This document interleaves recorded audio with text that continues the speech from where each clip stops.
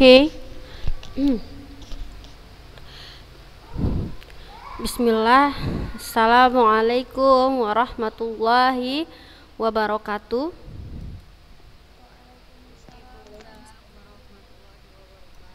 Alhamdulillah, puji syukur. Ada. Alhamdulillah, puji syukur kita ucapkan kepada Allah Subhanahu wa taala yang mana dengan limpahan rahmat serta karunia darinya kita bisa mengikuti kembali kegiatan belajar daring pada hari ini. Apa kabar anak-anak ustazah kelas 11A dan B? Kok 11A dan B? Kelas 11 aja ya kan? Kirain kelas 10 ada A dan B-nya. Apa kabar anak-anak ustazah kelas 11? Iya. Alhamdulillah ya. Nah, jadi hari ini mungkin kita akan membahas sedikit tentang ujian kemarin ya. Alhamdulillah ya kan, anak-anak ustazah kelas 11 sudah mencapai hasil tuntas dalam ujian untuk pelajaran bahasa Indonesia ya. Alhamdulillah. Nah, tapi memang mungkin ya nggak semuanya juga ya nilai-nilainya tinggi ya. Pasti adalah nilai-nilainya itu mungkin pas-pasan ya kan. Nah, memang menurut ustazah itu soalnya gampang kali memang kan. Menurut kalian gampang nggak soalnya? Gampang ya? Kayak mana menurut kalian anak kelas 11? Soalnya itu cenderung kayak mana? Susah atau gampang? Atau biasa aja atau sedang? Susah nggak dengan soal seperti itu? Susah nggak menurut kalian?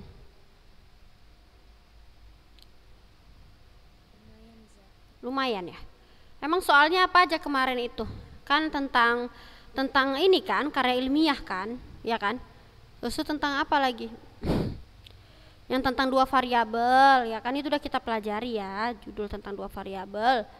Lalu juga itu nggak disuruh buat karya ilmiahnya, enggak, itu cuma disuruh buat judulnya aja, judul karya ilmiahnya aja yang terdiri dari dua variabel. Kalau rasa ustazah sih nggak susah ya, malah kalau dibilang dia bisa dimasukkan kategori gampang.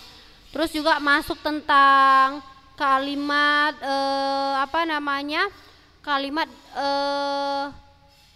yang adalah merupakan kalimat definitif, kan itu gampang kan, membuat kalimat definitif kan gitu dan lain sebagainya. Nah, jadi menurut ustazah itu masih bisa dikategorikan mudah lah ya kan. Kayak nilainya kan nggak ada yang remedial gitu. Oke, jadi yang untuk anak kelas 11 kayaknya prakteknya juga sudah lengkap ya. Lalu juga nilai ujiannya juga alhamdulillah sudah lengkap ya. Jadi memang nggak ada remedial. Nah, untuk sejarah juga nilainya bagus-bagus. Kelas 11 nggak ada juga remedial kan untuk kelas 11. Jadi memang nilainya udah bagus-bagus ya, alhamdulillah. Nah, sekarang kita kayaknya mau ulang-ulang aja ya dulu ya tentang ini ya. Kan ada disuruh buat judul ya, judul dengan dua variabel ya kan. Dua variabel itu adalah dua permasalahan gitulah kira-kira. Biasanya dihubungkan dengan kata penghubung seperti ini. Ini kan ada kata dan nih gitu ya. Jadi ini ada contoh judulnya aktivitas pergaulan dan prestasi belajar siswa. Kenapa anak-anak ustazah itu disebut dua variabel?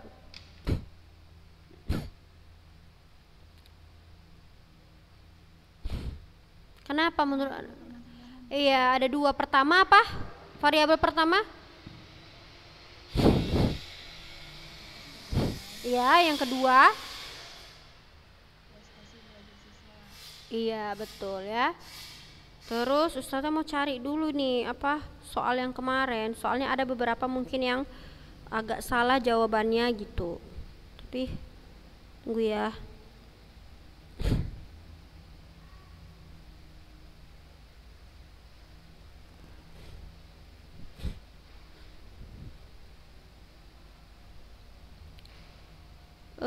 Kelas 11 jelaskan perbedaan antara proposal. Nah, ini perbedaan antara proposal penelitian dan proposal kegiatan udah pada tahu semua ya anak-anak ustazah ya kan. Jadi sebenarnya lebih bagus nilainya itu ya, nilai lebih bagus itu adalah ketika dia membuat perbedaan antara proposal penelitian dan kegiatan itu pakai bahasanya sendiri. Maksudnya dia membuat dari ciri-cirinya, tidak dari pengertiannya, paham ya? Kalau pengertiannya kan misalnya proposal penelitian adalah bla bla bla bla bla, sedangkan proposal kegiatan bla bla bla bla. Nah sebenarnya ustazah mau nggak kayak gitu jawabannya, tapi nggak apa-apa, tetap dibenarin.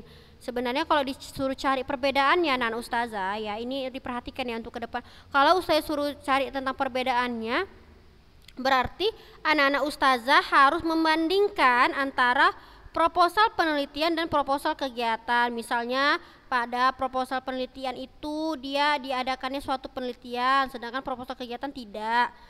Terus proposal penelitian tidak adanya apa namanya bagian biaya ya, biaya pembiayaan itu nggak ada, tapi di proposal kegiatan tuh ada.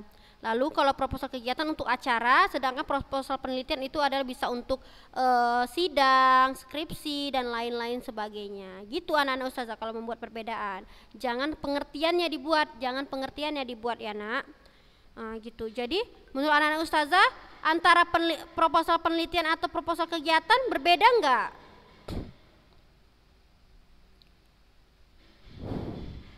Berbeda enggak anak-anak ustazah antara proposal penelitian dengan proposal kegiatan? Berbeda ustazah. Iya berbeda ya kan. Yang pertama itulah yang tadi yang 3 tadi ustazah katakan. Terus apalagi perbedaannya selain yang ustazah katakan tadi?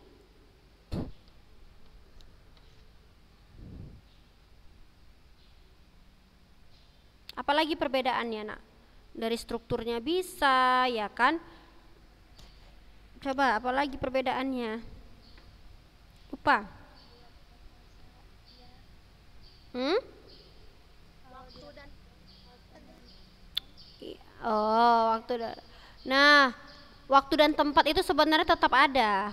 Kalau di penelitian namanya waktu penelitian atau tempat penelitian. Tapi kalau di kegiatan waktu dan tempatnya itu ya itu juga tempat diadakannya acara ada. Yang nggak ada rundownnya, maksudnya jadwal. Ya nggak? Di penelitian ada nggak jadwal kegiatan?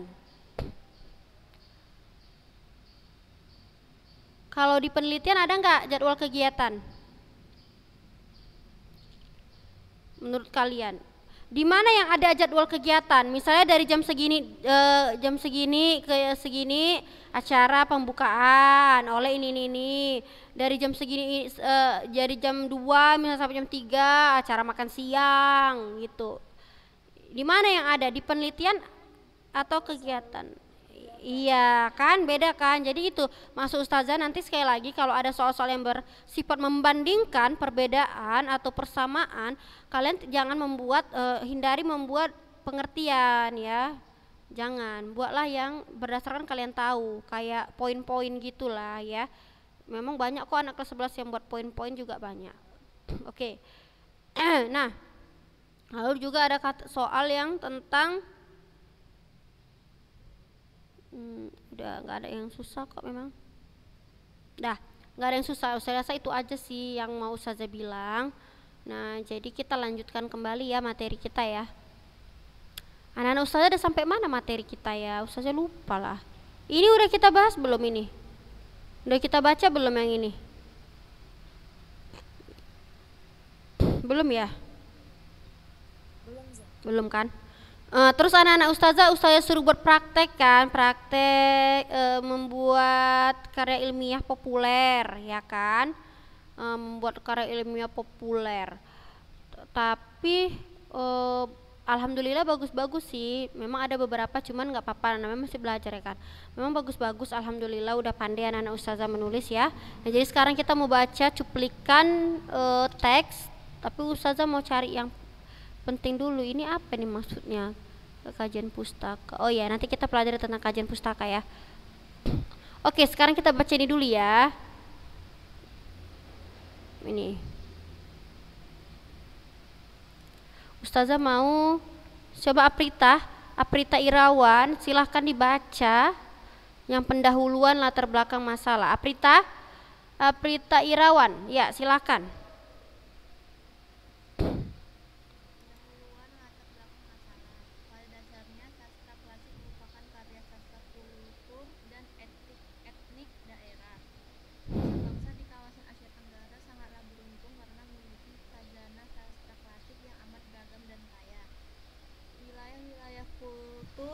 dan etnik itu masing-masing memiliki sastra klasik yang semuanya memiliki sifat-sifat yang khas. Karya sastra ini timbul dan berkembang pada zaman yang belum mengenal istilah demokrasi, HAM, industrialisasi, globalisasi, dan anasir-anasir modern lainnya. Sastra klasik sebagian besar berakar dari sikap hidup tradisional yang feodal. Hal yang wajar apabila kemudian muncul pertanyaan nilai apalagi yang masih dianggap relevan dan bermanfaat dari penelitian sastra klasik dalam konteks kehidupan yang serba modern seperti sekarang. Oke, cukup. Nah, Ustazah mau bahas ini dulu. Pada latar belakang masalah di sini dia kenapa kalian itu disuruh mencari kalimat definitif. Coba siapa yang bisa menemukan kalimat definitif pada teks tersebut? Yang di awal aja. Ya, mana kata definitifnya mana? Iya, bagus. Ada lagi selain itu kata definitif?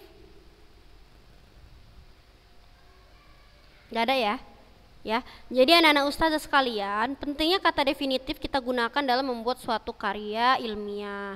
Karena itu merujuk pada sebuah pengertian, pendefinisian supaya orang-orang itu paham ya tentang apa yang kita bahas. Nah, jadi pada latar belakang masalah itu sangat membutuhkan yang namanya kata definitif. Contoh kalian misalnya mau meneliti tentang perpustakaan misalnya, kalian bisa buat perpustakaan merupakan atau adalah, atau kalian mau meneliti tentang hutan mangrove, terserah. Kalian harus buat dulu pengertiannya, hutan mangrove itu apa, agar orang itu tahu sebenarnya apa yang mau dibicarakan gitu ya. Nah, itu tadi kata definitif yang ada pada latar belakang masalah. Nah, ini semua itu latar belakang masalah ya, ini. Yang tadi ini masih latar belakang masalah.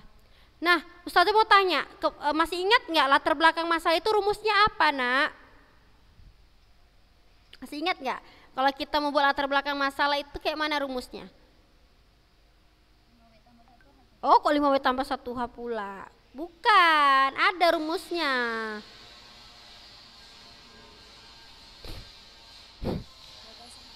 Enggak, ya memang ada gagasan pokok, tapi ada rumus memudahkan kita untuk membuat latar belakang masalah. Namanya latar belakang masalah, pasti ada sebab kan kenapa masalah itu terjadi gitu. Apa masih ingat nggak kalau Ustazah bilang mana kalau latar belakang masalah itu nak dia harus ini dia yang gini yang apa nggak ada yang ingat?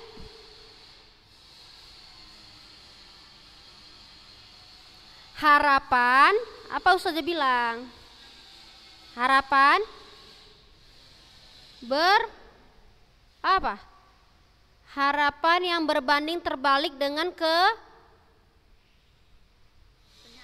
Iya, kan itu saja bilang rumusnya. Jadi latar belakang masalah itu adalah sebuah harapan yang berbanding terbalik dengan kenyataan. Contoh, kita berharap itu anak-anak itu semua cerdas, kan gitu. Kita membuat penelitian tentang prestasi belajar siswa. Kalau Ustazah buat tentang penelitian prestasi belajar siswa SMA Islam Ulun Nuha, apakah semua anak-anak sekolah Islam Ulun Nuha itu dia memang memiliki kecerdasan yang sama? Enggak, pastinya tidak. Pastinya berbeda-beda kemampuan. Apakah memiliki prestasi yang sama? Kan tidak. Itu permasalahan yang mau dibahas. Jadi kita sebagai guru menginginkan, harapannya nih, menginginkan bahwasannya anak siswa SMA Islam Nuha itu secara keseluruhan itu semuanya cerdas. Itu harapan. Kan nggak apa-apa kita berharap ya kan nak. Baru permasalahannya apa? Permasalahannya adalah tidak semua ternyata anak-anak itu memiliki kecerdasan yang optimal atau kecerdasan yang memang seperti diharapkan guru gitu. Itu misalnya ya. Nah, itulah yang mau dikupas di penelitian. Contoh, dari 100% anak mungkin sekitar 30% anak mengalami kelemahan dalam hal akademisnya gitu. Itu kan termasuk kenyataan. Benar nggak seperti itu anak Ustazah? Harapannya adalah kita semua ini ingin jadi yang cerdas. Tapi kenyataannya tidak demikian. Tidak demikian. Karena kan gini, setiap anak itu memiliki kemampuan serta kemampuan dalam bidangnya masing-masing. Kalau dia di SMA kita belum tahu kan, maksudnya karena dia semua dipelajari, kita jadi belum bisa menggali secara mendalam bidang kita kan gitu. Nah, itu adalah faktor pertama. Faktor pertama kenapa mungkin beberapa anak itu belum cerdas pada masanya gitu, bukan belum cerdas sih, semua cerdas tapi belum optimal gitu masuk ustazah. Karena itu tadi, kalau SMA berbeda dengan kuliah. Kalau kuliah mungkin dia sudah sesuai bidangnya ya, jadi itu bisa dijadikan permasalahan. Atau contoh latar belakang yang lainnya itu kan bisa berupa kesehatan. Menjaga kesehatan sangat penting dimulai dari sekarang, tapi kenyataannya seperti apa anak-anak ustazah? Benar nggak kata ustazah? Kan kenyataannya seperti apa? Beberapa orang atau beberapa masyarakat tidak siapa yang bisa buat kenyataannya? Ya kan, harapannya iya, tidak menjaga kebersihan, tidak mementingkan atau tidak peduli dengan kesehatan. Seperti makan saus-saus, makan micin dan lain sebagainya. Nah, itulah dia contohnya latar belakang. Jadi itu dicatat anak-anak ustazah. Latar belakang itu adalah harapan yang berbanding terbalik dengan kenyataan. Itu nanti sampai kuliah pun dibahas ya. Oke, ini masih latar belakang. Jadi kalau anak-anak ustazah mau buat latar belakang, boleh ananda kutip, boleh ananda perkuat dengan teori para ahli. Contohnya di sini ada sebuah teori. Dari siapa teori tersebut? Bisa nggak kalian menemukan?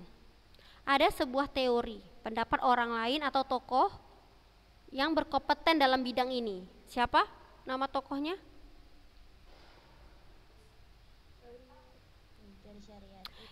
Iya, dari Syariati, Bu Syariati. Ya, itu 1994 itu bukan tahun lahirnya, melainkan tahun apa itu 1994? Tahun apa? Itu bukan tahun lahirnya ya. Bagus. Ya, jadi tahun 1994 ya, penulis atas nama Syariati menulis tentang ini tadi. Yang mana yang ditulisnya ini semua anak-anak ustazah, semua ini berasal dari pendapat Bu Syariati. Kita boleh ambil dari bukunya. Bukunya yaitu terbitan tahun 1994. Jadi bukan pakai pikiran sendiri, tidak. Yang pakai pikiran sendiri itu boleh ini. Pertama ini boleh pakai pikiran sendiri. Ini ambil dari buku. Nih, ambil dari buku. Tapi dibuat nama ahlinya. Lalu di sini coba lihat, ada teori lagi. Ternyata teori itu tidak di kajian pustaka saja. Kalau di latar belakang juga harus kita buat teori supaya lebih meyakini pembaca. Ayo.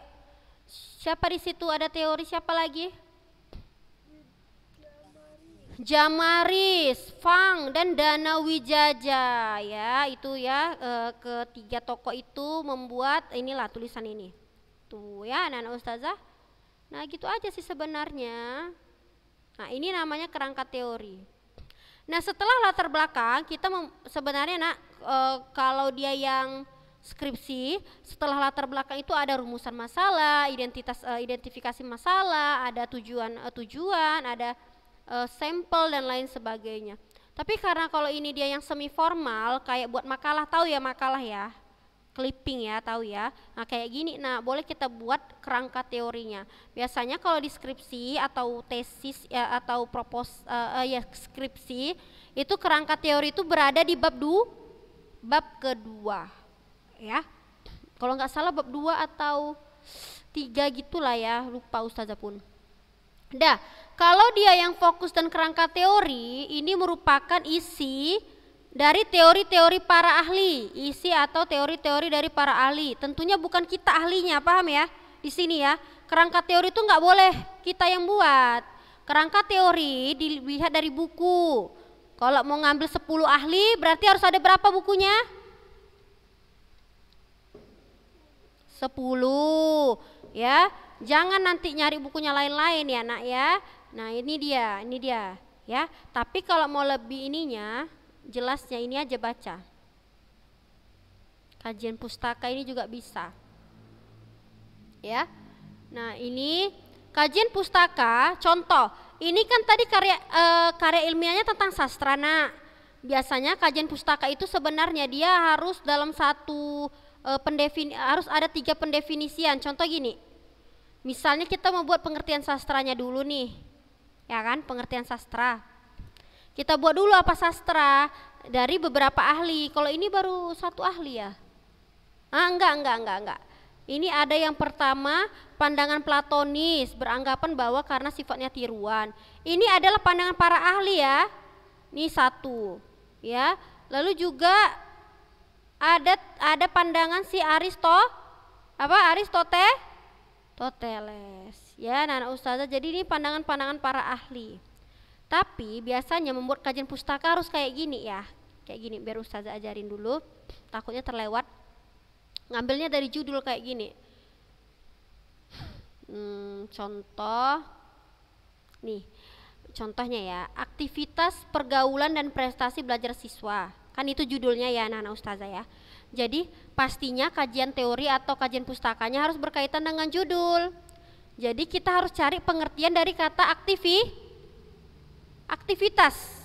Kita cari pengertian dari kata aktivitas, tapi berdasarkan para ahli. Cukup 3 ahli atau 2 ahli saja.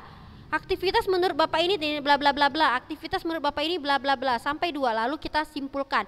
Berdasarkan teori dari kedua tokoh tersebut, bahwasanya yang menyimpulkan adalah kita sendiri yang menyimpulkan. Udah, itu pertama, nomor 1. Yang kedua, masuk ke pengertian pergaulan. Pergaulan menurut ibu ini bla bla bla bla, pergaulan menurut ini bla bla bla. Menurut Bapak ini pergaulan merupakan interaksi bla bla bla dan sebagainya, kan gitu. Baru terakhirnya yang keempat kita yang menyimpulkan berdasarkan ketiga ya kan para ahli tersebut bahwa pergaulan merupakan ini. Kita yang menyimpulkan sendiri anak-anak ustazah ya.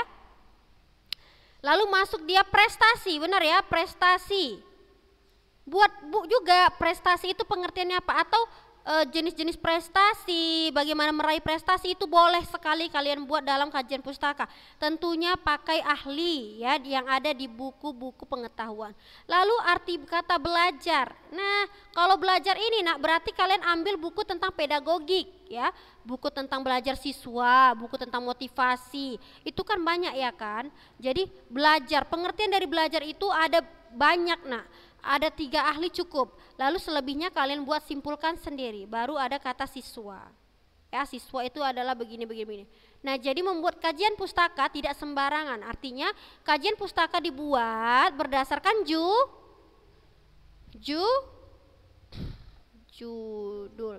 Nah, jadi anak-anak ustazah, kalau ustazah buat judulnya seperti ini, kemampuan siswa dalam mengidentifikasi unsur intrinsik cerpen misalnya. Berarti bisa nggak ustazah buat kajian pustakanya itu tentang pengertian kemampuan, bisa nggak? Bisa nggak? Pengertian kemampuan ustazah buat jadi kajian pustaka? Bisa? Bisa. Lalu tadi kan kemampuan siswa ulunuha dalam bisa mengidentifikasi unsur intrinsik. Lalu ustazah buat pengertian dari mengidentifikasi. Lalu selanjutnya ustazah buat unsur-unsur intrinsik. Pasti karena ada pembelajaran tentang unsur-unsur intrinsik. Nanti dari 3 ahli boleh tentang unsur-unsur itu apa. Unsur-unsur yang terdapat pada cerpen, unsur-unsur yang terdapat pada novel, itu ustazah bandingkan. Tentunya dari pendapat para ahli. Ya, nah itu ya. Jadi itu ustazah rasa pengetahuan lah sedikit ya nggak banyak tentang kajian pustaka supaya kalian nggak bingung. Ini kenapa menurut kalian dia harus buat pengertian sastra? Karena kajian pustakanya dibuatnya pengertian sastra. Kenapa itu? Karena apa menurut kalian tentang sastra dibuatnya? Ini kan tentang ini kan tadi, tentang ini kan. Coba, karena ini pembahasannya tentang kenapa kajian pustakanya dibuat tentang sastra? Karena dia tentang itu. karena pembahasannya memang tentang karya Iya, kan nggak mungkin dia bahas karya sastra kajian pustakanya tentang ini, tentang berita, kan lain ya kan. Jadi nggak cocok ya. Nah, jadi gitulah ya anak-anak ustazah. Kalau ini udah belum kita pelajari yang sistematis, logis, belum ya? Belum ya, oke kita pelajari. Nih, teks seperti itulah yang lazim disebut dengan karya ilmiah. Teks tersebut disusun dengan metode ilmiah, yakni metode yang berdasarkan cara berpikir yang sistematis dan logis. Karya ilmiah menyajikan masalah-masalah yang objektif dan faktual. Objektif, apa itu objektif? Siapa yang tahu apa itu arti objektif? Lawannya subjektif. Kalau subjektif itu berdasarkan pikiran penulis, berdasarkan pandangan kita sendiri sebagai penulis. Kalau objektif apa? Berdasarkan apa? Berdasarkan apa yang diteliti. Iya, berdasarkan fakta ataupun data atau berdasarkan apa yang sudah kita teliti, bukan dari pandangan pribadi penulis ya anak-anak ustazah ya. Ya, bisa dipahami ya, itu dia objektif. Artinya dia bersifat fakta dan ada data-data pembuktiannya. Lalu faktual. Kalau faktual itu apa? Maksudnya yang bisa dipercaya gitu, faktual. Apa itu faktual? Ya, terdepan ya. Maksudnya yang faktual itu ya pastinya yang bersifat fakta. Terus juga faktual itu kalau nggak salah yang lagi kalau kontroversi nggak lain. Kayak lagi hangat-hangatnya gitu nggak kalau faktual itu? Maksudnya memang lagi dibicarakan gitulah. Ya. Jadi di sini ada ya bahwasanya teks karya ilmiah harus memiliki beberapa unsur seperti ini. Contohnya sistematis. Apa itu sistematis? Jadi sistematis itu maksudnya adalah yang namanya karya ilmiah harus memiliki pola yang baku, harus memiliki susunan yang teratur ya. Jadi tidak ada istilahnya karya ilmiah itu maupun dia populer pasti dia bahasanya nggak alay-alay ya anak-anak ustazah. Maksudnya masih dalam taraf baku ya. Tidak ada menggunakan bahasa daerah dan lain-lain. Masih baku dia penggunaan bahasa Indonesia sesuai dengan ejaannya. Ya, itu dia sistematis. Kalau logis, apa maksudnya logis? Anak-anak ustazah, logis maksudnya apa? Iya, masuk akal. Janganlah kalian nanti misalnya bahas tentang supranatural lah, tentang aneh-aneh ya kan, yang memang nggak bisa diterima dengan akal sehat gitu. Jadi harus logis, isinya dapat dipahami dan dibenarkan oleh akal sehat ya. Lalu yang ketiga, objektif tadi udah ya, harus ada pembuktiannya, tidak didasari pandangan penulis. Faktual. Nah, ini maksudnya faktual itu adalah rupanya artinya itu didasarkan kenyataan yang sesungguhnya. Jadi faktual itu lawannya imajinatif. Kalau imajinatif itu kalau kalian buat cerpen, buat puisi boleh imajinatif, tapi kalau buat karya ilmiah harus faktual. Harus berdasarkan kenyataan, ya. Lalu karya ilmiah mengutamakan aspek rasionalitas dalam pembahasannya. Objektivitas dan kelengkapan data merupakan hal lain yang sangat penting, ya. Jadi itu tadi ya. Jadi harus memiliki keempat hal tersebut. Oke, sampai di sini ada yang mau ditanyakan anak-anak ustazah kelas 11? Ada Naziha Lutfia yang mau ditanyakan? Enggak ada ya? Udah cukup jelas yang ustazah jelaskan ini? Udah ya? Jadi nanti kalau kalian ngomong kalian buka lah mic kalian ngomong cukup pun ustazah nggak tahu. Orang nggak dengar, nggak kalian buka itu mic-nya. Mau kalian teriak-teriak pun ya kan nggak tahu ya kan? Jadi saya kira orangnya tidur gitu. Ya, jadi itu saja yang bisa ustazah jelaskan. Ya, mudah-mudahan bisa bermanfaat untuk seterusnya. Ya, untuk kalian buat karya ilmiah, untuk kalian menjadi wanita apa ya kan? Wanita berkarya kan nggak apa-apa ya kan? Mau menulis nggak apa-apa. Timbang kalian ngayal kalian nggak jelas-jelas, kalian tak drakor bagus kalian nulis aja kalian udah. Nulis karya ilmiah bisa dapat uang, bisa dapat apa ya namanya ya? Ya kayaknya menarik aja gitu kalau perempuan itu pandai menulis ya kayaknya ya. Bukan nulis ini ya, bukan nulis ABCD, maksudnya nulis karya ilmiah maksud ustazah gitu. Ya, jadi bisa digali potensinya daripada hanya menghayal nggak jelas ya anak ustazah. Nah, jadi untuk anak kelas 11 alhamdulillah ustazah suka ya. Maksudnya sukanya itu karena kalian itu mengumpulkan tugas itu ya alhamdulillah banyak juga. Yang belum ngumpul ya silakan dikumpul, ustazah masih terima. Dan ujiannya pun alhamdulillah tuntas, sejarahnya tuntas, bahasa Indonesianya juga tuntas alhamdulillah. Nah, jadi udah sekian ya dari ustazah untuk pembelajaran hari ini. Ya, mudah-mudahan dapat bermanfaat untuk anak ustazah sekalian. Sebelum kita menutup pembelajaran, mari kita berdoa kafaratul majelis. Subhanakallahumma wa bihamdika asyhadu alla ilaha illa Astaghfiruka wa atubu ilaika. Assalamualaikum warahmatullahi wabarakatuh.